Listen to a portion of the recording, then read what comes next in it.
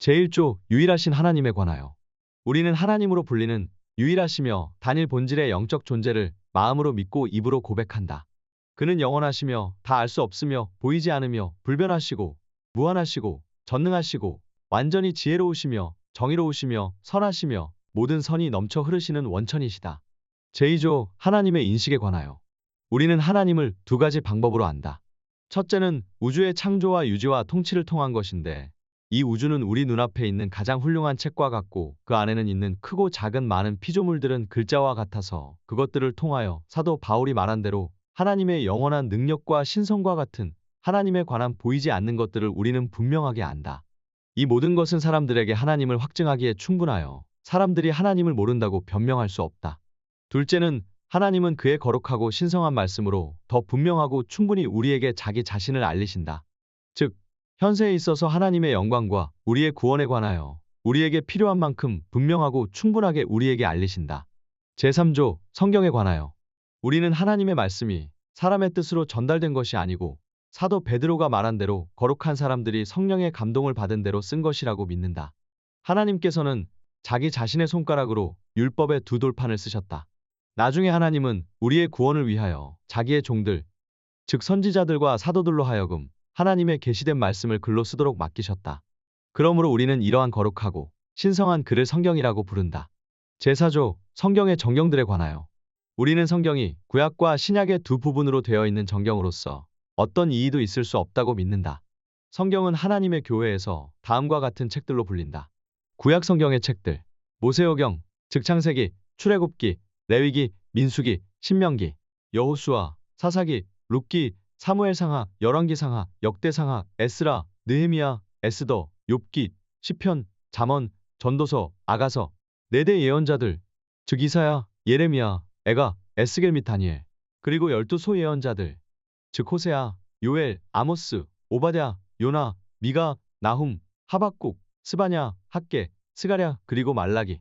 신약 성경의 책들, 사복음서들, 즉 마태복음, 마가복음, 누가복음, 요한복음, 사도행전, 바울의 13편지들, 즉 로마서, 고린도 전후서, 갈라디아서, 에베소서, 빌립보서, 골로새서, 데살로니가 전후서, 디모데 전후서, 디도서, 빌레몬서, 히브리서, 다른 사도들의 7편지들, 즉 야고보서, 베드로 전후서, 요한 1, 2, 3서, 유다서, 사도 요한의 계시록이다.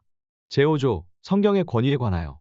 우리는 이 모든 책들을, 그리고 이 책들만이 우리의 신앙의 조정과 토대와 확인이 되는 거룩한 정경으로 믿는다. 이는 교회가 이 책들을 정경으로 받고 또 동의하였기 때문이 아니고 그 책들이 하나님에게서 나온 것과 또 그 증거가 그 책들 자체 안에 들어있음을 성령이 우리 마음 안에서 증거하기 때문이다. 또한 정경 안에서 예언된 것들은 전부 그대로 성취되고 있음을 눈먼 자들이라도 알 수 있다. 제6조 정경과 외경의 구별에 관하여. 우리는 이러한 성경을 외경과 구별한다. 즉 제3, 제4 에스드라서, 토비트, 유딧, 지에서, 집회서, 바룩, 에스더 부록, 아자리아의 기도, 가마솥 속의 세 자녀의 노래, 수산나의 이야기, 벨과 용의 이야기, 므낫세의 기도, 마카베오 상하의 책들이 외경이다. 이 모든 외경들은 정경의 책들과 일치하는 내용에 관한 한 교회가 읽고 교훈을 얻을 수 있다. 그러나 이 외경들은 각 책의 증거에 있어서 우리의 신앙과 그리스도교의 어떤 핵심을 확정할 만한 힘과 권위를 얻기에는 거리가 먼 책들이다. 더구나 이 외경들이 정경의 권위를 저하시키는데 이용되어서는 안 된다. 제7조 성경의 완전성에 관하여. 우리는 성경이 하나님의 뜻을 충분히 담고 있으며 사람이 구원을 위하여 믿어야 할 모든 것을 그 안에서 충분히 가르치고 있다고 믿는다. 하나님이 우리에게 요구하시는 예배의 전체 방식이 성경 안에 충분하게 기록되어 있다. 따라서 사도 바울이 그러나 우리나 혹 하늘로부터 온 천사라도 라고 말한 것처럼 비록 사도라 할지라도 누구든지 지금 성경이 우리에게 가르치는 것과 다르게 가르치는 것은 부당하다. 이는 하나님의 말씀에다가 어떤 것을 보태든지 혹은 거기서 어떤 것을 빼는 것이 금지되어 있기 때문이며 따라서 성경의 가르침은 모든 면에서 가장 완전하고 완성된 것이 분명하다. 사람이 쓴 어떤 신성한 책이 있다 하더라도 그 가치에 있어서 성경과는 좋게 비교할 수 없다. 하나님의 진리는 지고하기 때문에 관례, 대중, 고전, 연륜, 전승, 회의들, 법령들 혹은 제도 등등의 가치와 비교할 수 없다. 왜냐하면 사람은 다 거짓과 더불어 스스로 속고 속이며 공허 그 자체보다도 더 공허하기 때문이다. 그러므로 우리는 사도들이 우리에게 다음과 같이 가르친 대로 그 어떠한 것이든지 이 절대 무오한 규칙과 조화되지 않는 것을 마음을 다하여 배격한다. 요한일서 4장 1절. 사랑하는 자들아, 영을 다 믿지 말고 오직 영들이 하나님께 속하였나 분별하라. 요한이서 1장 10절에서 11절. 누구든지 이 교훈을 가지지 않고 너희에게 나아가거든 그를 집에 들이지도 말고 인사도 하지 말라. 그에게 인사하는 자는 그 악한 일에 참여하는 자임이라. 제8조 동일 신성에 서로 구별되는 삼위.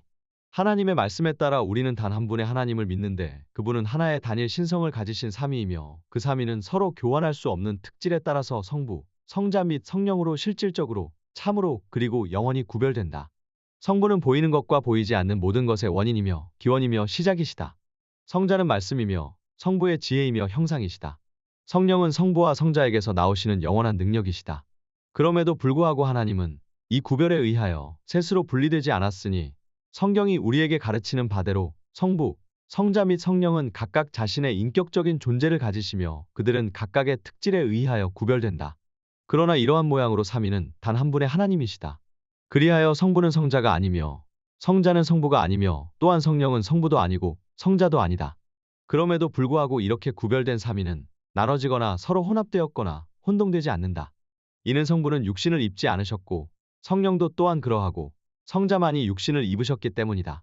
성부는 성자 없이 또한 성령 없이 계신 적이 없으셨다.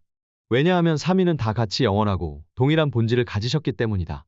진리와 능력과 성과 자비에 있어서 삼위는 다 같이 한 분이시기 때문에 첫째 되는 분도 또한 나중되는 분도 없다. 제9조 성경이 증거하는 삼위일체에 관하여. 이 진리는 성경의 증거들은 물론 삼위에 구별되는 역사, 특별히 우리 자신 안에서 역사하시는 삼위 하나님에 의하여 우리가 안다. 성삼위일체를 가르치는 성경의 증거들은 구약 성경의 여러 곳에서 기록되고 있는데 그것을 전부 언급할 필요는 없으나 신중하게 몇몇을 선택할 필요는 있다. 창세기 1장 26절과 27절에서 하나님이 말씀하신다. 하나님이 이르시되 우리의 형상을 따라 우리의 모양대로 우리가 사람을 만들고 하나님이 자기 형상 곧 하나님의 형상대로 사람을 창조하시되 남자와 여자를 창조하시고 또한 창세기 3장 22절에서 여호와 하나님이 말씀하시기를 보라 이 사람이 선악을 아는 일에 우리 중 하나 같이 되었으니 우리의 형상을 따라 우리의 모양대로 우리가 사람을 만들고 라고 하신 말씀에서 한 신격이 아니라 여러 신격이 있음을 말하지만 창조하시고 라고 할 때는 오직 한 하나님이 있음을 나타낸다.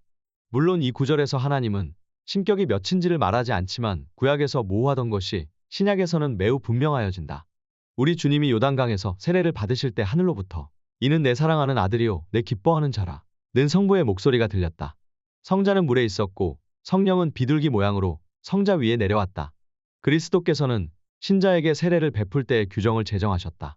그러므로 너희는 가서 모든 민족을 제자로 삼아 아버지와 아들과 성령의 이름으로 세례를 베풀고 누가복음에서는 천사 가브리엘이 마리아 우리 주님의 어머니에게 이렇게 말하였다. 천사가 대답하여 이르되 성령이 내게 임하시고 지극히 높으신 이의 능력이 너를 덮으시리니 이러므로 나실 바 거룩한 이는 하나님의 아들이라 일컬어지리라. 또한 고린도 후서 13장 13절에 주 예수 그리스도의 은혜와 하나님의 사랑과 성령의 교통하심이 너희 무리와 함께 있을지어다. 도 삼위에 대해 말한다. 이 모든 구절에서 볼 때 우리는 하나의 유일한 거룩한 본질 안에 세 품격이 있다는 사실을 충분히 배우게 된다. 이 교리는 인간의 모든 이해를 초월하는 것이지만 그럼에도 불구하고 우리는 이 땅에서는 하나님의 말씀을 근거로 하여 믿되 내세에는 완전한 지식과 그 열매를 향유하게 될 것을 기대한다. 더욱이 우리는 이제 우리를 향한 각 삼위에 구별되는 직책과 사역을 살펴야 한다. 성부는 그의 능력에 따라 우리의 창조주로, 아들은 그의 피에 따라 우리의 구주이며 구속자로, 그리고 성령은 우리 마음에 내재하심에 따라 우리의 성결자라고 불리운다.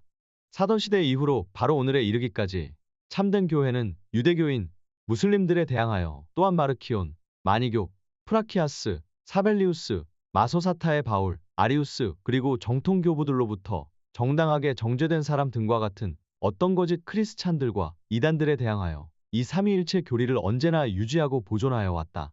그러므로 이 교리에 있어서 우리는 세계의 신조, 즉 사도신경과 니케아 신조와 아타나시우스 신조를 받아들인다.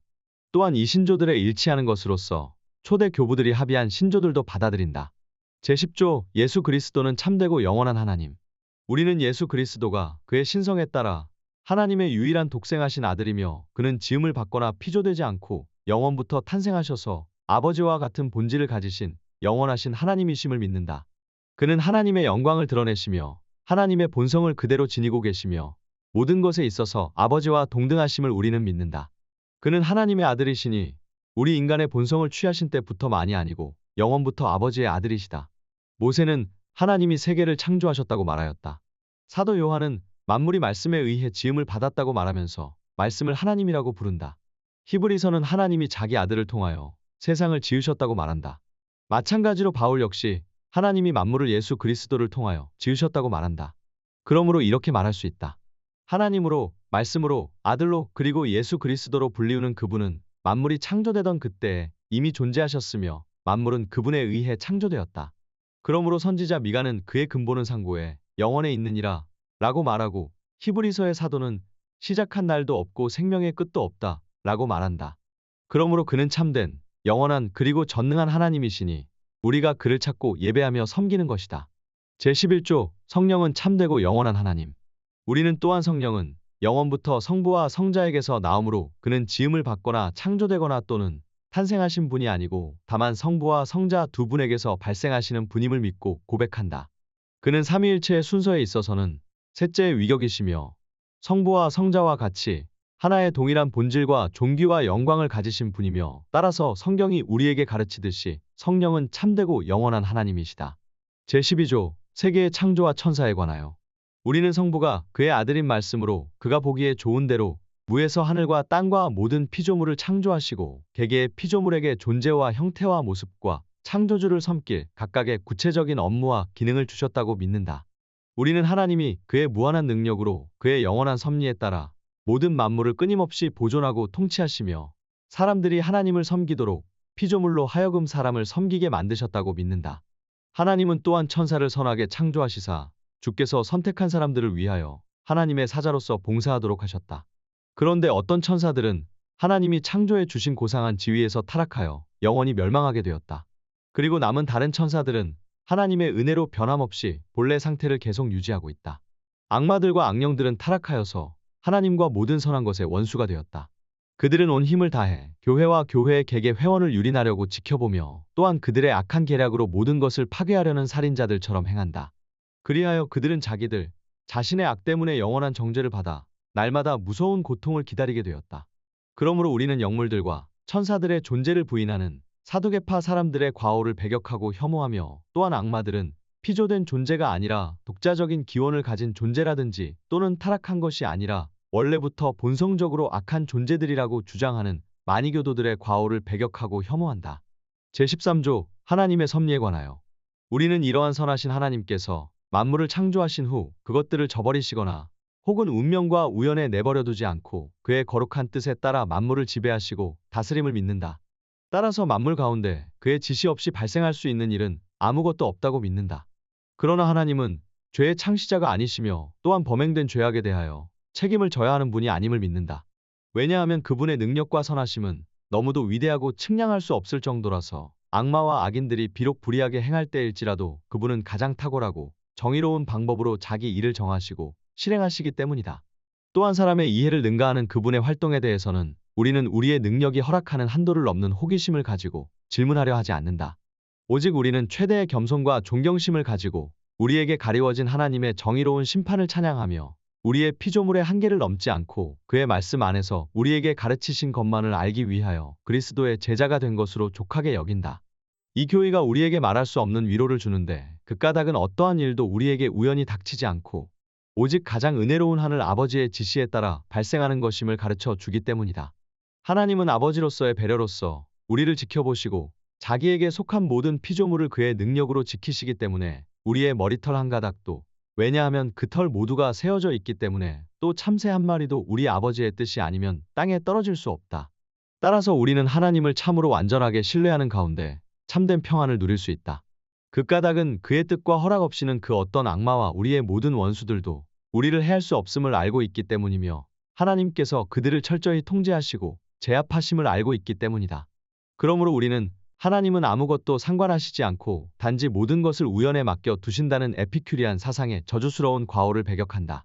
제14조 인간의 창조와 타락 그리고 선을 행할 수 없는 부패에 관하여 우리는 하나님이 사람을 흙으로 창조하시되 자기의 형상과 모양에 따라 만드시고 모든 일에 있어서 그의 뜻에 일치되게 사람이 뜻하도록 하기 위하여 선하고 의롭고 거룩하게 지으셨다고 믿는다.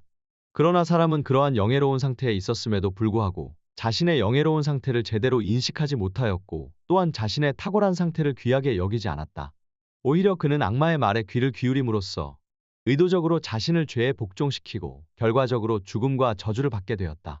이때 사람은 자신이 받은 생명의 계명을 어기고 죄를 범하였던 것이다. 사람은 그의 죄로 인하여 참된 생명이신 하나님으로부터 떨어져 나옴으로써 그의 본성 전체가 부패하였다.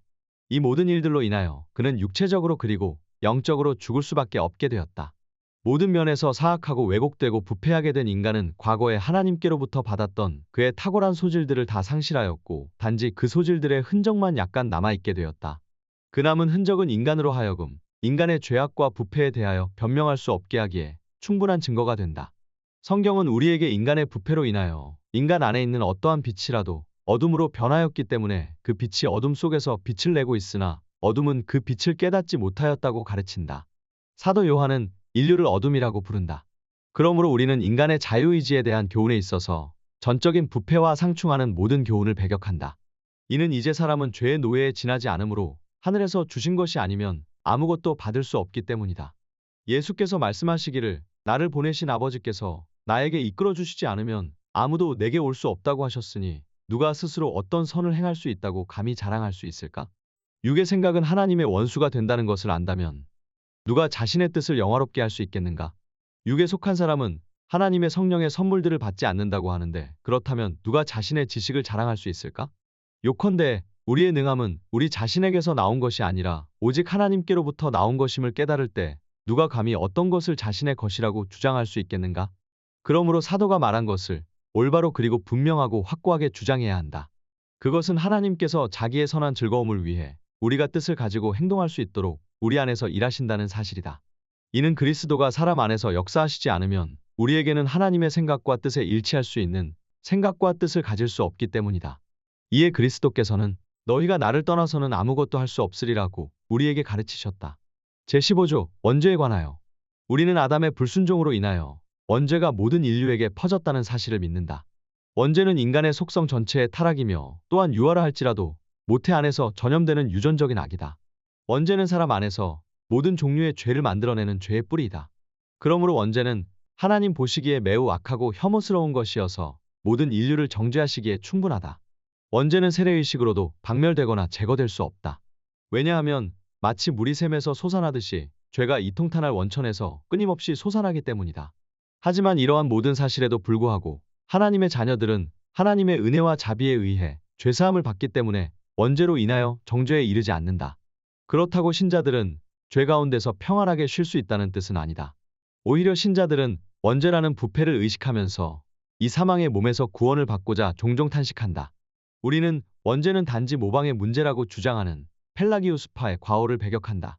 제16조 선택에 관하여 우리는 우리의 최초의 사람이 범죄함으로 인하여 아담의 모든 후손이 멸망과 파멸로 떨어졌음을 믿는다. 이때 하나님은 여전히 자기 본연의 존재, 즉 자비롭고 공의로우신 분으로서 자기 자신을 드러내셨다. 하나님은 자비 가운데 사람들의 행위가 아니라 오직 자신의 영원하고 불변한 뜻과 선함에 따라 우리 주 예수 그리스도 안에서 선택한 사람들을 멸망에서 구출하시고 보존하신다. 그 밖의 사람들에 대해서는 하나님의 공의 가운데 그들 스스로 택한 타락과 멸망 가운데 내버려 두신다. 제17조 타락한 인간의 회복에 관하여 이처럼 사람이 스스로 육체적인 죽음 및 영적 죽음에 떨어져 완전한 비참에 이른 채 하나님으로부터 도망쳐 떨고 있는 것을 보신 은혜로우신 우리 하나님은 놀라운 지혜와 은혜 가운데 사람을 찾기 시작하셨음을 우리는 믿는다. 하나님은 사람에게 자기 아들을 주시겠다고 약속하심으로 위로하셨는데 그 아들은 여자에게서 나서 뱀의 머리를 깨뜨리고 사람을 회복하실 것이다.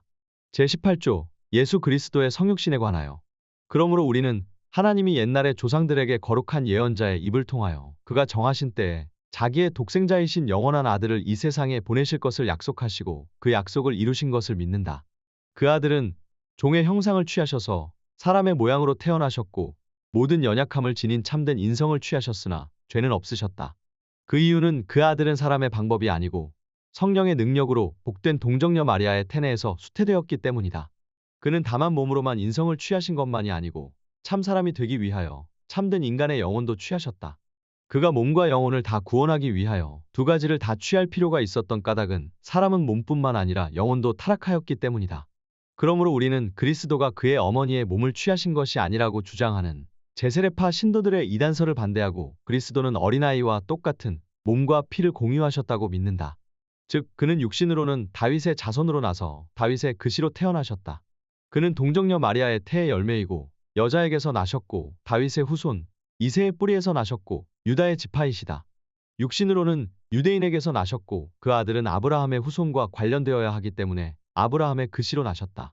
그러므로 그 아들은 모든 면에서 죄를 제외하고는 그의 형제들과 같이 되셔야 했다. 그리하여 그는 참으로 우리의 임마누엘, 즉 하나님이 우리와 함께 하신 것이다. 제19조 그리스도의 위격 안에서의 두 본성. 우리는 이 수태에 의하여 하나님의 아들의 품격이 인간성과 불가분리적으로 연합되어 함께 되었다고 믿는다. 그리하여 하나님의 두 아들이 있는 것이 아니며 또한 두 품격이 있는 것도 아니고 오직 신성과 인성의 두 본성이 단 하나의 품격 안에서 연합되었다고 믿는다.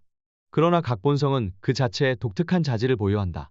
그리하여 그의 신성은 언제나 창조된 것이 아닌 상태로 유지되면서 시작하거나 끝나는 날도 없이 하늘과 땅을 채우신다.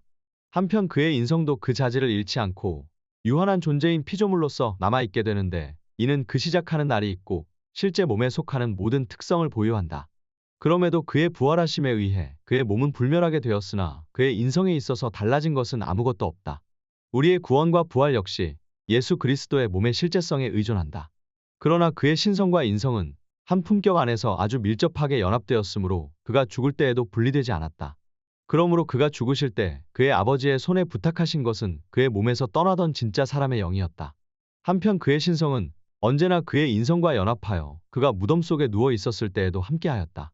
그의 신적인 속성은 그리스도 안에서 부재하신 적이 없었으니 그의 유아기에는 신성이 비록 얼마 동안 드러나지 않았을지라도 역시 같이 하였던 것이다.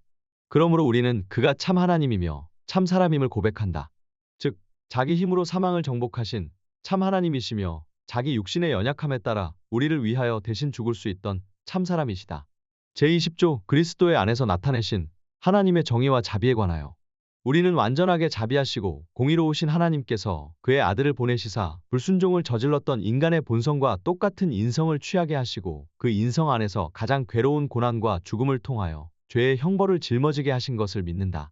그러므로 하나님은 자기 아들에게 우리의 불의를 지우시고 그 아들에게 자신의 공의를 나타내셨고 죄를 짓고 멸망할 수밖에 없는 우리에게는 하나님의 선하심과 자비를 쏟으셨다. 하나님은 가장 완전한 사랑으로부터 우리를 위하여 자기 아들을 죽음에 넘겨주시고 그를 통하여 우리가 불멸과 영생을 얻을 수 있도록 우리를 의롭게 하시기 위하여 그 아들을 부활하게 하셨다. 제21조 우리의 대제사장이신 그리스도의 속죄에 관하여 우리는 예수 그리스도께서 멜기세덱의 반열을 따라 하나님의 맹세에 의하여 대제사장으로 임명되셨음을 믿는다. 대제사장이신 예수 그리스도는 선지자들이 예언한 대로 우리를 대신하여 아버지 앞에서 십자가의 나무 위에서 자신을 바쳤을 뿐더러 우리의 죄를 씻어 없애기 위하여 그의 보혈을 쏟으셨다. 이에 우리는 예수 그리스도가 아버지의 거룩하신 진노를 가시게 하기에 충분한 보상을 치르신 것으로 믿는다. 이는 성경에 기록된 대로 그분은 우리를 온전하게 하기 위해 징계를 받으셨고 우리를 치유하기 위해 매를 맞으셨다. 그는 마치 양처럼 도살장으로 이끌려가서 범죄자로 취급당하시며 본디오 빌라도에 의해 사형죄수로 정죄받으셨다. 하지만 본디오 빌라도는 처음에는 예수님을 무죄로 선언하였다. 예수 그리스도는 자기 잘못이 아님에도 우리를 대신하여 생명을 지불하셨다. 즉 불의한 자를 위하여 의로운 분이 죽음을 당하셨다. 예수님은 몸과 영혼으로 우리의 죄값에 해당하는 무서운 형벌을 느꼈고 그의 땀은 땅에 쏟아지는 핏방울처럼 되었다. 마침내 그는 나의 하나님, 어찌하여 나를 버리십니까? 라고 부르짖으셨다. 예수님은 우리의 죄사함을 위해 이 모든 고통을 감당하셨다. 그러므로 우리는 사도 바울이 말한 대로 예수 그리스도와 그의 십자가에 못 박히신 것 외에는 자랑할 것이 없고 우리 주 예수 그리스도를 아는 지식이 가장 고상함으로 인하여 모든 것을 해로 여긴다고 마땅히 말할 수 있다. 우리는 그분의 상처 안에서 위로를 발견하며 단번에 드려진 그분의 희생 외에는 우리가 하나님과 화해할 수 있는 어떤 다른 방법을 찾거나 꾸며낼 필요가 없다고 믿는다. 신자들은 예수님의 희생에 의해 영원히 완전하여졌다. 그러기 때문에 하나님의 천사는 그를 예수, 즉 구주라고 불렀으니 그 까닭은 그가 자기 백성을 죄에서 구원하실 것이기 때문이었다. 제22조 그리스도를 믿음으로 인한 우리의 칭의. 우리는 성령께서 우리로 하여금 이 위대한 신비에 관한 참된 지식을 얻도록 하기 위하여 우리 마음에 참된 믿음을 불어넣어 주심을 믿는다. 참 믿음은 모든 공로를 가지시는 예수 그리스도를 받아들이며 그를 소유하며 그분 밖에는 아무것도 구하지 않는다. 이는 우리의 구원을 위하여 필요한 모든 것이 예수 그리스도 안에 다 있던지 그렇지 않으면 없는 것이다. 그러나 우리의 구원을 위해 필요한 모든 것이 예수님 안에 다 있다면 믿음을 통해 예수 그리스도를 소유한 자는 완전한 구원을 얻은 것이다. 그러므로 그리스도로는 충분하지 않다고 여기고 그분 외에 다른 어떤 것이 필요하다고 주장하는 것은 하나님께 대한 끔찍한 모독이 된다. 그러한 주장은 예수 그리스도를 반구주에 불과한 분으로 만든다. 그러므로 우리는 사도 바울처럼 믿음만으로, 즉 율법의 행위를 포함하지 않는 믿음만으로 의롭다함을 받는다고 올바르게 말할 수 있다. 하지만 좀 더 분명히 말하자면 믿음 자체가 우리를 의롭게 하는 것은 아니다. 그 까닭은 믿음은 우리의 의가 되시는 그리스도를 받아들이는 하나의 도구에 지나지 않기 때문이다. 그리스도는 우리를 위해서 그리고 우리를 대신해서 행하신 많은 거룩한 공로와 행위들을 우리에게 전가시킨다. 그러므로 예수 그리스도가 우리의 의이며 믿음은 그분의 모든 은총 안에서 그와 계속 교통하도록 해주는 도구이다. 그분의 모든 은총이 우리의 것이 될 때 그것들은 우리의 죄를 사면하기에 충분하고도 남는다. 제23조 하나님 앞에 설 수 있는 우리의 의에 관하여 우리는 다윗과 바울이 우리에게 가르친 것처럼 우리의 모든 복락이 예수 그리스도로 인한 죄 사함 안에 있으며 그 안에는 하나님 앞에 내놓을 우리의 의도 있다고 믿는다. 다윗과 바울은 하나님이 사람에게 공로를 묻지 않고 의롭게 여기시는 자의 복에 대해 선포한다. 바울은 또 말하기를 우리는 그리스도 예수 안에 있는 구속을 통해 예수 그리스도의 은혜에 의하여 의롭다함을 선물로 받는다고 한다. 그러므로 우리는 이 굳센 터전을 항상 붙든다. 우리는 우리 자신의 연약함을 인정하면서 그분 앞에서 겸손한 가운데 모든 영광을 하나님께 돌린다. 우리는 우리 안에 있는 어떤 것이나 혹은 우리의 공로를 주장하지 않고 다만 십자가에 못 박히신 예수 그리스도의 순종에만 의지한다. 우리가 그를 믿을 때 그의 순종은 우리의 것이 된다. 이것이 우리의 모든 죄과를 가리우기에 충분하고 또한 우리가 하나님에게 나아갈 자신감을 우리에게 주기에도 충분하다. 즉, 우리의 처음 시조 아담이 두려움에 떨면서 하나님으로부터 숨으며 무화과 나뭇잎으로 자신을 감추려고 하였던 것과는 달리 우리는 두려움과 공포와 떨림에서 해방되었다. 하지만 참으로 우리가 하나님 앞에 나타나려 할 때 우리 자신이나 또는 아무리 작은 다른 피조물에라도 의지하면 우리는 저주를 받아 멸망받을 것이다. 그러므로 누구든지 다윗처럼 기도해야 한다. 오 주여, 주의 종에게 심판을 행하지 마소서. 주의 눈앞에는 의로운 인생이 하나도 없나이다. 제24조 사람의 성화와 선행에 관하여 우리는 하나님의 말씀을 들음과 성령의 역사를 통하여 얻는 이 참된 믿음은 사람을 중생시켜서 새 사람을 만든다고 믿는다. 참 믿음은 사람으로 하여금 새 생활을 하게 하며 죄의 속박으로부터 자유하게 한다. 그러므로 의롭게 하는 믿음은 경건하고 거룩한 생활과 무관하다는 말은 참말이 아니다. 도리어 참된 믿음이 없이는 하나님을 사랑함으로 나오는 그 어떤 행위도 할 수 없고 다만 자기 사랑을 위하여 살던지 아니면 저주가 무서워서 두려움 가운데 행할 뿐이다. 그러므로 거룩한 믿음이 사람 안에서 결실을 나타내지 않는다는 것은 불가능하다. 그 까닭은 우리는 헛된 신앙을 말하는 것이 아니라 오직 성경에서 말하는 사랑으로 역사하는 참된 믿음에 관하여 말하는 것이니 이 믿음은 사람을 격려하여 하나님이 말씀으로 명령하신 일들을 실천하게 한다. 믿음의 선한 뿌리에서 발생하는 이러한 행위들은 하나님 보시기에 선하고 받아들일 만한 것이니 그 행위들 전부가 하나님의 은혜에 의해 거룩하게 구별된 것이기 때문이다. 그럼에도 불구하고 그 행위들은 우리를 의롭다 하심에 아무런 상관이 없다. 그 이유는 우리가 어떠한 선한 행위를 하기 이전에 그리스도를 믿음으로 의롭다 함을 얻기 때문이다. 선한 나무 없이 선한 열매가 불가능하듯 참 믿음이 없이는 우리의 행위들은 선할 수 없다. 그러므로 우리가 선한 일을 행하되 그것이 우리의 공로가 되는 것은 아니다. 우리가 무슨 공로를 세울 수 있겠는가? 우리가 행한 선행에 관하여서도 하나님이 우리에게 빚진 것이 아니라 우리가 하나님께 빚진 것이 된다. 이는 하나님이 우리 안에서 역사하셔서 우리로 하여금 그분의 기뻐하시는 일을 뜻하게 하시며 행하게 하시기 때문이다. 그러므로 다음과 같은 기록된 말씀을 마음에 새기자. 이와 같이 너희도 명령받은 것을 다 행한 후에 이르기를 우리는 무익한 종이라 우리가 하여야 할 일을 한 것뿐이라 할지니라. 한편 우리는 하나님께서 우리의 선행에 상을 주실 것을 부인하지 않는다. 그러나 주께서 상을 주심은 그분의 은혜에 관을 씌우는 것으로서 오직 주의 은혜이다. 더욱이 우리가 선한 행위를 할지라도 우리의 구원은 선행으로 인한 것이 아니다. 우리의 모든 행위는 죄성에 더럽혀지지 않는 것이 하나도 없으며 형벌을 받기에 합당하지 않은 것은 하나도 없다. 심지어 우리가 한 가지 선행을 행할 수 있다 하더라도 하나의 죄를 생각만 해도 하나님은 그의 선행을 거절하시기에 충분하다. 이때 우리의 빈약한 양심이 우리 구주의 고난과 죽음의 공로에 의지하지 않는다면 우리는 언제나 아무런 확신 없이 의심을 품고 좌우로 왔다 갔다 할 것이며 계속 가책으로 인해 고민하게 될 것이다. 제25조 율법의 완성이신 그리스도에 대하여 우리는 율법의 의식과 표상들이 그리스도가 오신 이후로 폐지된 것과 또 구약의 모든 그림자가 그리스도 안에서 성취된 것을 믿는다. 그러므로 율법의 의식과 표상을 사용하는 것은 그리스도인들 사이에서 폐지되어야 한다. 하지만 우리를 위해 그것들이 지니고 있던 진리와 실체는 율법을 완성시키신 예수 그리스도 안에 그대로 남아있다.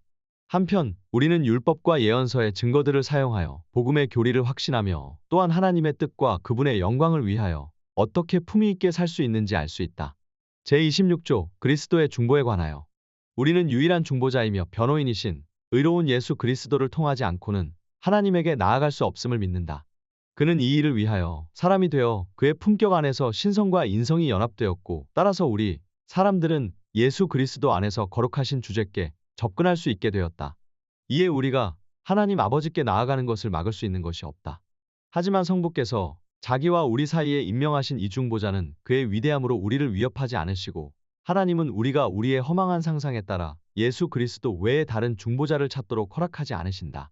왜냐하면 하늘이나 땅 위에서 예수 그리스도보다 우리를 더 사랑하는 피조물이 없기 때문이니 그는 본래 하나님의 형상으로 계셨으나 우리를 위해 자신을 비우시고 사람과 종의 형상을 취하셔서 모든 면에서 그의 형제들과 같이 되셨다. 만일 우리가 다른 중보자를 찾는다면 우리가 원수일 때라도 우리를 위하여 자기 생명을 희생시킨 예수 그리스도보다 우리를 더 사랑하여 줄 중보자를 찾을 수 있겠는가? 만일 우리가 능력과 권세를 가진 자를 찾는다 할지라도 하나님 우편에 앉으시고 하늘과 땅의 모든 권세를 가지신 그분에 비할 수 있겠는가? 더욱이 누가 하나님이 사랑하시는 친아들보다 더 신속하게 우리의 기도를 들어줄 것인가? 그러므로 카톨릭의 성인 호칭 기도 관습은 그리스도의 중보에 대한 믿음의 부족에서 나온 관습으로서 성인들이 원하는 바도 아니며 또한 그들을 영화롭게 하는 것도 아니다. 도리어 그들의 영광을 깎아내리는 관습이다. 그들의 글에서 나타나는 것처럼 그들은 변함없이 그들의 직무를 수행할 때 이와 같은 영광을 거부하였다. 우리는 우리를 사랑하시는 하나님의 아들 덕분에 하나님께 담대히 기도한다. 이는 우리가 우리의 가치를 고려하여 하나님에게 기도를 드리는 것을 의미하지 않고 오직 주 예수 그리스도의 탁월하심과 공로에 의지하기 때문이니 그의 의로움이 믿음으로 우리의 것이 되는 것이다. 그러므로 히브리서 사도는 어리석은 공포심이나 혹은 불신을 우리에게서 제거하기 위하여 타당한 근거와 함께 다음과 같이 말씀하신다. 그러므로 그가 범사의 형제들과 같이 되심이 마땅하도다. 이는 하나님의 일에 자비하고 신실한 대제사장이 되어 백성의 죄를 속량하려 하심이라. 그가 시험을 받아 고난을 당하셨은즉 시험 받는 자들을 능히 도우실 수 있느니라. 또 우리를 그리스도께로 나아가도록 격려하기 위하여 말씀하신다. 그러므로 우리에게 큰 대제사장이 계시니 승천하신 이 곧 하나님의 아들 예수시라. 우리가 믿는 도리를 굳게 잡을지어다. 우리에게 있는 대제사장은 우리의 연약함을 동정하지 못하실 이가 아니요 모든 일에 우리와 똑같이 시험을 받으신 이로되 죄는 없으시니라. 그러므로 우리는 긍휼하심을 받고 때를 따라 돕는 은혜를 얻기 위하여 은혜의 보좌 앞에 담대히 나아갈 것이니라. 히브리서 사도는 또 말씀하신다. 그러므로 형제들아 우리가 예수의 피를 힘입어 지성소에 들어갈 담력을 얻었나니 우리가 마음의 뿌림을 받아 악한 양심으로부터 벗어나고 몸은 맑은 물로 씻음을 받았으니 참 마음과 온전한 믿음으로 하나님께 나아가자. 또한 그리스도는 영원히 존재하시기 때문에 그의 제사장직은 영원하다. 따라서 그리스도는 언제나 자기를 통해 하나님께 나아오는 자들을 구원하실 수 있다. 이는 그분은 언제나 살아서 그들을 위해 중보하시기 때문이다. 우리를 위한 중보자로서 그리스도 외에 무엇이 더 필요하겠는가? 그리스도께서 친히 말씀하신다. 예수께서 이르시되 내가 곧 길이요 진리요 생명이니 나로 말미암지 않고는 아버지께로 올 자가 없느니라. 왜 우리가 다른 변호인을 찾아야겠는가? 하나님은 우리에게 그의 아들을 우리의 변호인으로 주기를 기뻐하셨다. 주님을 버리고 또 다른 변호인을 찾지 않도록 하자. 심지어 찾을 수도 없는 다른 변호인을 찾으려 나서지도 말자. 이는 하나님께서 그리스도를 우리에게 주셨을 때 우리가 죄인들이었음을 매우 잘 아셨기 때문이다. 결론적으로 우리는 주님이 가르치신 기도에서 배운 것처럼 그리스도의 명령을 따라 우리의 유일한 중보자이신 그리스도를 통해 하늘 아버지께 간구한다. 우리는 그리스도의 이름으로 아버지께 구하는 모든 것을 얻게 될 것을 분명하게 확신한다. 제27조 거룩한 보편교회에 관하여 우리는 하나의 보편적 혹은 우주적 교회를 믿고 고백한다. 이 교회는 참된 그리스도인들의 거룩한 집회여 회합으로서 예수 그리스도 안에서 그리스도의 피로 정결케 되고 성령으로 성화되고 인치심을 받아 완전한 구원을 기다리고 있다. 이 교회는 세상이 시작할 때부터 있었고 세상 끝날까지 존재할 것이다. 이는 그리스도가 영원한 왕이심으로 백성 없이는 있을 수 없기 때문이다. 거룩한 교회는 온 세상의 격렬한 박해 가운데서 이를 막으시는 하나님에 의해 보존된다. 참교회는 잠시 사람들 눈에 매우 작고 소멸되는 것처럼 보일 수 있다. 그 예로 아합의 위험한 통치 기간을 들 수 있는데 그때에도 주께서는 자신을 위해 바알에게 무릎을 꿇지 않은 7,000명을 남겨두셨다. 더욱이 거룩한 교회는 어떤 특별한 하나의 장소나 혹은 어떤 인물들에게 국한되거나 제한되지 않고 온 세상에 퍼져 확장되어 있다. 그러면서도 이 교회는 믿음의 능력에 의해 그리고 같은 한 분, 성령 안에서 마음과 뜻으로 연결되고 연합된다. 제28조 모든 성도는 참 교회에 속함. 우리는 이 거룩한 회중과 회합은 구속함을 받은 사람들의 회합이라고 믿는다. 또한 참 교회 밖에는 구원이 없다고 믿는다. 따라서 어떤 지위에 있거나 어떤 상태에 있든 상관없이 참 교회에서 떨어져 홀로 있는 것을 만족해 하여서는 안 된다. 구속함을 받은 모든 성도들은 참 교회에 다 속하여 교회와 연합함으로 교회의 하나됨을 유지하여야 한다. 구속함을 받은 성도들은 참 교회의 가르침과 훈련에 복종함으로써 예수 그리스도의 멍에를 목에 메고 하나님께서 몸된 교회의 지체로서 각자에게 주신 재능에 따라 형제 자매들을 세우는 일에 봉사해야 한다. 이를 더욱 효과적으로 준수하기 위해 모든 신자들은 하나님의 말씀에 따라 참 교회에 속하지 않는 자들로부터 구별되어야 하고 어디에서든지 하나님이 세우신 참 교회의 모임에 참여해야 한다. 심지어 통치자들과 정부 관료들이 법으로 참 교회의 회중과 회합을 막으며 죽음 및 육체의 형벌을 가한다고 할지라도 신자들은 참 교회에 속하여 모이는 일을 준수해야 한다. 그러므로 누구든지 참 교회에 속하지 않거나 물러나는 자는 하나님의 명령에 위반되는 행동을 하는 것이다. 제29조 참된 교회의 표지에 관하여 우리는 하나님의 말씀으로부터 부지런히 그리고 매우 면밀하게 참된 교회가 무엇인지 분별해야 한다고 믿는다. 즉, 오늘날 세계에 있는 모든 분파가 스스로 교회라는 이름을 가지고 있기 때문에 우리는 참교회를 구별할 수 있어야 한다. 여기서 우리는 교회 안에서 선한 성도들과 함께 섞여 있는 위선자들을 말하는 것은 아니다. 다만 참 교회의 실체와 성도의 교통을 알려줌으로써 스스로 교회라고 자칭하지만 참된 교회가 아닌 교회들을 구별하기 위함이다. 참된 교회를 인식하기 위한 표지는 다음과 같다. 교회가 복음을 순수하게 설교하고 있는지 그리스도께서 제정하신 대로 성례를 베풀고 있는지 교회의 권징을 실행함으로써 죄악을 벌하여 바르게 하는지 점검해야 한다. 간단하게 말하면 교회가 모든 것을 하나님의 순전한 말씀에 따라 운영하고 있는지 하나님의 말씀에 위배되는 것은 무엇이든지 배격하는지 그리고 예수 그리스도를 교회의 유일한 머리로 인정하고 있는지 이러한 표지로서 참된 교회를 분명히 구별할 수 있다. 그 누구도 참된 교회에서 이러한 표지를 제거할 수 있는 권한은 없다. 참교회에 속하는 사람들에 관하여서는 그들이 진정한 그리스도인인지 다음과 같은 표지로 알 수 있다. 예수 그리스도를 유일한 구세주로 믿고 있는지, 이에 죄사함을 얻어 죄로부터 자유한 가운데 의를 추구하는지, 좌로나 우로 치우치지 않고 하나님과 이웃을 참으로 사랑하는지, 자신들의 죄성과 그 행위들을 십자가에 못 박았는지를 점검해야 한다. 그들 가운데 연약한 바가 없는 것은 아닐지라도 그들은 평생 동안 날마다 성령의 힘으로 자신의 연약함과 쉬지 않고 싸우며 예수 그리스도의 피와 순환과 죽음과 복종에 끊임없이 의지한다. 그들은 그리스도 안에서 주를 믿는 믿음으로 말미암아 죄 용서함을 받는다. 거짓된 교회를 논한다면 거짓 교회는 하나님의 말씀보다 교회 자체와 교회의 규정들에게 더 높은 권위를 돌린다. 거짓 교회는 예수 그리스도의 멍에 아래 복종하기를 원하지 않는다. 거짓 교회는 그리스도께서 그의 말씀으로 명령하신 성례들을 거행하지 않고 자의로 성례를 가감한다. 거짓 교회는 그 터를 그리스도 예수보다는 사람들에게 더 두고 있다. 거짓 교회는 하나님의 말씀에 따라 거룩한 삶을 살며 거짓 교회의 죄악과 탐욕과 우상 예배를 꾸짖는 사람들을 박해한다. 참된 교회와 거짓 교회는 쉽게 인식되며 서로 구별된다.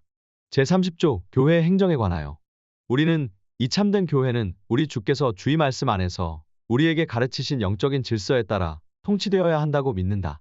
이를테면 하나님의 말씀을 설교하며 성례전을 집행할 사역자 또는 목사가 있어야 한다. 또한 목사들과 함께 교회의 정책 기관을 구성할 장로들과 집사들이 있어야 한다. 그들은 이러한 수단들을 통해 참된 종교를 보존하며 참된 교리가 어디서든지 전파되도록 해야 한다. 또한 범죄자들이 영적인 방법으로 징계를 받아 근신하도록 해야 한다. 또한 가난한 사람들과 고난을 당하는 사람들이 그들의 필요에 따라 도움과 위로를 받아야 한다. 이러한 방법으로 교회 안에서 질서가 잡히고 모든 것이 정상적이면 그때에는 사도 바울이 디모데에게 지시한 규칙에 따라 신실한 사람들을 택하여 세우도록 한다. 제31조 목사, 장로, 집사에 관하여 우리는 하나님의 말씀의 사역자들과 장로와 집사는 하나님의 말씀이 규정하는 대로 기도 및 옳은 방법에 따라 교회의 합법적인 절차 가운데 각기의 직무에 피택되어야 한다고 믿는다. 그러므로 이를 위해 모든 교인들은 부당한 수단을 취하지 않도록 주의해야 한다. 각 교인은 자신이 주께로부터 부름을 받았다는 분명한 증거 및 확신이 있을 때까지는 주께서 부르실 때까지 기다려야 한다. 말씀의 사역자들은 모든 교회의 유일하신 총감독이며 교회의 머리이신 예수 그리스도의 종으로서 그들이 어느 곳에 있든지 동등한 권력과 권위를 가진다. 하나님의 이 거룩한 규정이 침해되거나 또는 거절되지 않도록 우리는 모든 사람들이 말씀의 사역자 및 교회의 장로들을 특별하게 존경할 것을 선언한다. 이는 그들이 맡은 사역 때문이다. 따라서 모든 교인들은 불평이나 말다툼이 없이 가능한 그들과 화평하게 지내야 한다. 제32조 교회의 질서와 치리에 관하여 우리는 교회의 지도자들이 교회를 유지하기 위해 어떤 규정을 만드는 일은 유익하며 선하다고 믿는다. 하지만 그들은 언제나 우리의 유일한 주이신 그리스도께서 명하신 것에서 벗어나지 않도록 주의해야 한다. 그러므로 우리는 하나님을 예배하는 일에 있어서 사람이 만들어낸 어떠한 착상과 법칙이 도입되는 것을 거절한다. 그러한 인본주의적인 법칙들은 어떻게든 사람의 양심을 구속하고 강요하도록 되어 있다. 우리는 오직 하나님께 순종하는 차원에서 성도의 조화와 하나됨을 보존하고 장려하며 모든 규정을 지킨다. 이를 위해 교회는 하나님의 말씀에 따라 치리와 출교를 시행하여야 한다.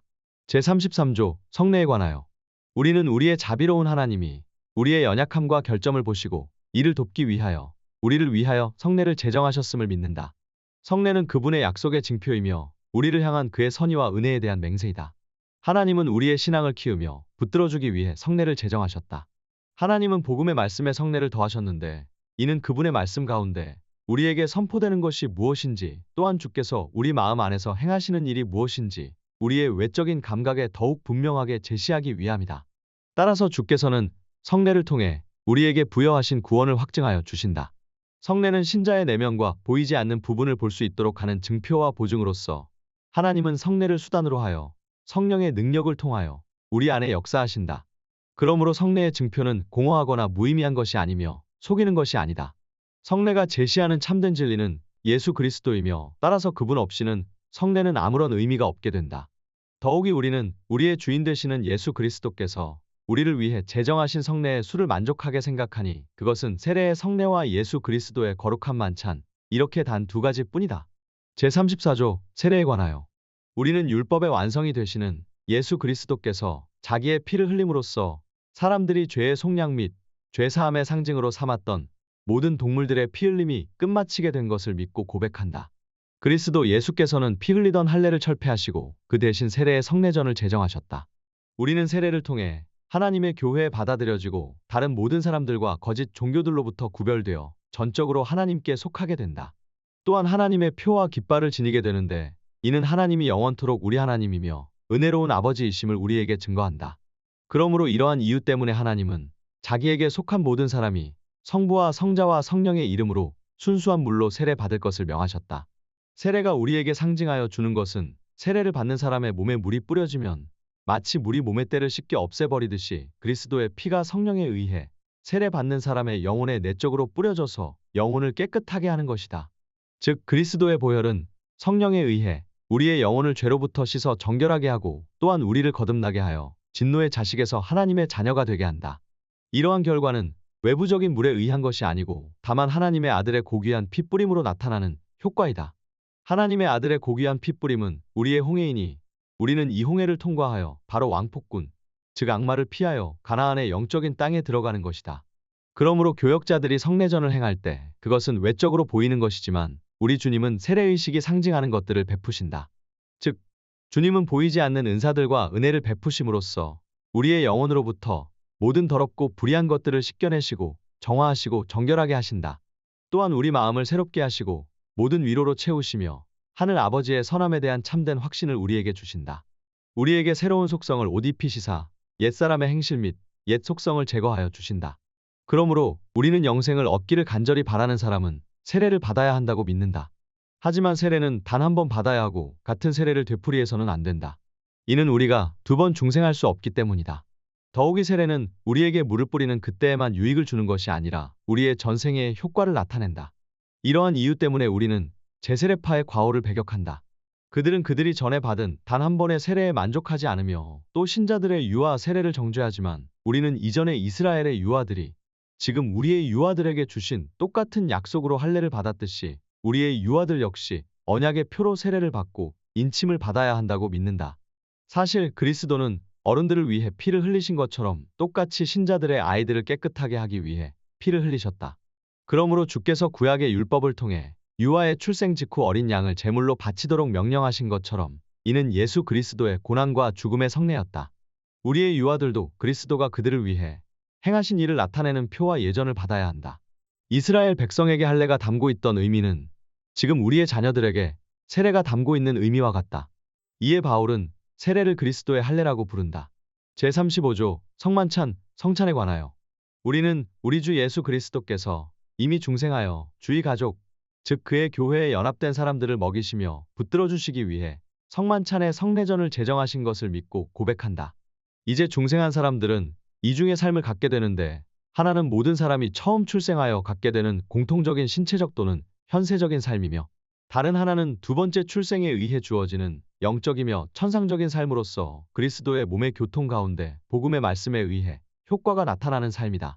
후자의 삶은 일반적인 것이 아니고 오직 하나님의 택함을 받은 택자들에게만 주어진다. 하나님은 신체를 지닌 인간들의 지상에서의 생활을 지지하기 위하여 이 땅에 빵을 정하여 주셨고 이 빵은 생명을 지닌 모든 삶의 보편적인 것이다. 그러나 하나님은 신자들이 영위하는 영적이며 천상적인 생활을 지지하기 위하여 하늘에서 내려온 산떡, 즉 예수 그리스도를 보내셨으니 신자들이 그를 먹을 때, 즉 성령 안에서 믿음으로 그를 받아들일 때 예수 그리스도는 그들의 영적인 삶을 풍부하게 하시며 강화하신다. 그리스도는 우리에게 하늘의 영적인 떡을 제시하시기 위하여 자기 몸의 상징으로서 이 땅에 보이는 떡을 제정하셨고 또 그의 피의 상징으로서 포도주를 제정하셨다. 이로써 우리가 손으로 떡과 음료를 받아 입으로 먹고 마심으로 신체적인 삶이 유지되듯이 믿음으로 우리의 영혼의 손과 입이 우리의 유일한 구주이신 그리스도의 참 몸과 피를 먹고 마시면 우리 영혼은 힘을 얻어 영적인 삶을 유지하게 된다. 예수 그리스도께서 그의 성례전을 우리에게 명하실 때는 헛되이 명하신 것이 아님이 분명하다. 그러므로 예수 그리스도는 성만찬이 우리에게 제시하는 모든 것을 우리 안에 역사해 내신다. 우리는 하나님의 성령에 감추어진 활동을 헤아릴 수 없기에 이 일이 어떤 식으로 이루어지는지는 이해할 수 없다. 그러므로 우리가 성만찬을 먹고 마시면서 이는 그리스도의 참된 몸과 참된 피라고 말할지라도 잘못된 것은 아니다. 하지만 우리가 성만찬을 먹는 방식은 신체의 입이 아니라 믿음에 의해 영으로 먹는 것이다. 그리하여 예수 그리스도는 언제나 하늘에서 그의 하나님 아버지의 우편에 앉아 계시지만 여전히 믿음에 의해 우리와 교통하심을 멈추지 않으신다. 성만찬은 영적인 식탁이며 거기서 그리스도는 자기의 모든 축복을 가지고 우리와 연합하시사 우리에게 은혜를 베푸신다. 한편 우리는 성만찬에서 주님과 즐거이 사귀며 그분의 고난과 죽음의 공덕을 누리게 된다. 주님은 우리에게 그의 몸을 먹게 함으로써 우리의 가난하고 메마른 영혼을 먹이시고 강화하시고 위로하시며 그의 피를 마시게 함으로써 우리의 영혼을 소생하게 하시며 새롭게 하신다. 성례전들은 그것들이 상징하는 것과 연결되지만 성례전에 참여하는 모든 사람이 상징되는 실제를 다 받게 되는 것은 아니다. 악한 자는 실은 성례전을 받으면서 정죄를 받는 자리에 나가게 되는데 이는 성례전의 진리를 받아들이지 않기 때문이다.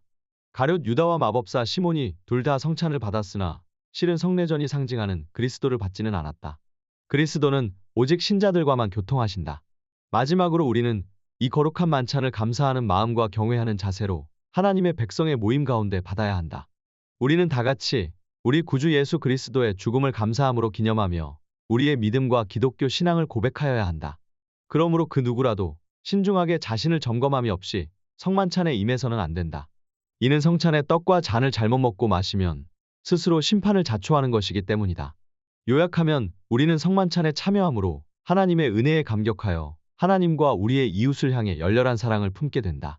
그러므로 우리는 주께서 제정하신 성례전에 인간들이 첨가하거나 혼합시킨 모든 예식과 저주받을 새로운 의식들을 성례전을 더럽히는 모독으로 여기며 배격한다. 우리는 그리스도와 사도들이 우리에게 가르치신 제도로 만족해야 하며 성례전들에 대하여 그들이 말씀하신 그대로 우리도 말해야 한다. 제36조 정부에 관하여 우리는 인류의 타락 때문에 우리의 은혜로운 하나님께서 왕과 군주와 관리들을 세우셔서 이 세계가 법률과 정책에 의해 다스려지기를 원하신다고 믿는다. 이는 사람들의 방종을 막으시고 사회의 모든 것이 질서 가운데 운영되게 하려 합니다. 이 목적을 위하여 하나님은 정부에게 칼을 주셨으니 이는 악행자들을 벌하며 선행자를 보호하고 포상하기 위함이다. 악을 막고 선을 지지하는 그들의 직책은 단지 사회 질서를 유지하기 위한 것만이 아니라 교회 및 교회 사역을 보호함으로써 그리스도의 나라가 이 땅에 임하고 복음의 말씀이 온 세상에 전파하도록 하기 위함이다. 이는 하나님께서 그분의 말씀을 통해 요구하시는 것처럼 모든 사람에게 존귀와 예배를 받기 위함이다.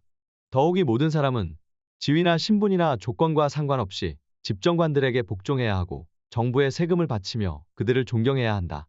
하나님의 말씀에 거슬리는 것이 아니면 모든 일에 있어서 그들에게 복종해야 한다. 우리는 기도할 때 그들을 위해 기도해야 한다. 즉, 하나님께서 집정관들을 모든 면에서 인도하시사 우리가 조용하고 평화로운 삶 가운데 모든 부분에서 경건하고 바람직한 삶을 영위할 수 있도록 기도해야 한다. 그러므로 우리는 정부를 대적하는 제세례파들과 그 밖의 반항적인 사람들 또한 높은 권세와 집정관들을 항상 배격하면서 사회의 공의를 파괴하고 물질의 동등 소유를 주장하고 하나님이 사람들을 위하여 제정하신 선한 질서를 혼란시키는 사람들을 정죄하며 혐오한다. 제37조 최후 심판에 관하여 마지막으로 우리는 하나님의 말씀에 따라 주께서 정하신 이때가 언제인지는 모든 피조물에게 알려져 있지 않다. 때가 오면 택함을 받은 자가 다 차게 되면서 우리 주 예수 그리스도께서 하늘로 승천하셨을 때와 같이 크신 영광과 권세 가운데 육신을 가지고 눈에 보이게 하늘로부터 오실 것이다. 예수 그리스도는 죽은 자와 산 자의 심판을 선포하실 것이며 이 오랜 세상을 깨끗하게 하기 위해 불로 태우실 것이다. 그때의 모든 사람들, 즉 세상 처음부터 마지막까지 이 땅에 태어났던 모든 남자, 여자, 아이들이 천사장의 부름 및 하나님의 나팔 소리를 듣고 대심판관 앞에 나타나 각각 서게 될 것이다. 나팔 소리가 날 때 그 이전에 죽었던 자들은 그들의 몸이 땅에서 일어나 그들의 영혼과 다시 연합하게 되면서 과거 땅에서 살 때처럼 다시 살게 될 것이다. 한편 나팔 소리가 날 때 이 땅에 살아있는 자들은 다른 이들처럼 죽음을 지나지 않고 순식간에 그들의 썩을 몸이 썩지 않을 몸으로 변화할 것이다. 그 후 책들이 펼쳐지고 죽은 자들이 이 세상에서 행한 대로 선악간의 재판을 받게 될 것이다. 참으로 모든 사람들이 이 세상에서 한갓 농담 및 오락으로 간주되던 자기들의 쓸데없는 말에 관하여 일일이 책임져야 할 것이다. 사람들의 모든 비밀들과 허위가 모든 사람 앞에서 공개될 것이다. 그때 그 재판은 악한 자와 불신자들에게는 끔찍하고 무서운 것이겠지만 의인과 택자에게는 큰 기쁨이요 위로가 될 것이다. 이는 그때 그들의 구속이 완전하게 성취될 것이고 또한 그들의 수고와 고난에 따른 열매를 거두게 될 것이기 때문이다. 그들의 결백이 모든 사람 앞에게 알려질 것이며 반면 세상에서 그들을 박해하고 압박하고 괴롭혔던 악인들은 하나님의 무서운 보복을 받게 될 것이다. 또한 악인들은 자기들의 양심의 증거에 의하여 고발될 것이다. 그들 역시 불멸하겠지만 악마와 그의 천사들을 위하여 준비된 영원한 불못으로 들어가 고통받게 될 것이다. 그러나 반대로 택함을 받은 신실한 사람들은 영광과 영예의 면류관을 쓰게 될 것이다. 하나님의 아들이 그의 아버지 하나님과 그의 택하신 천사들 앞에서 그들의 이름을 밝힐 것이다. 그러면 하나님께서는 그들의 눈에서 모든 눈물을 씻겨 주실 것이다. 이 세상에서 현재 많은 재판관들과 집정관들에 의해 이단 및 악한 자로 정죄된 사건들이 그때에는 하나님의 아들을 위한 충성스러운 사건으로 알려질 것이다. 그리고 주께서는 사람이 가히 상상조차 할 수 없었던 그러한 은혜로운 보답으로 위대한 영광을 준비하셔서 그들에게 베푸실 것이다. 그러므로 우리는 우리 주 예수 그리스도 안에 있는 하나님의 약속들을 충만하게 누릴 수 있는 그 위대한 날이 오기를 가장 간절한 마음으로 고대한다.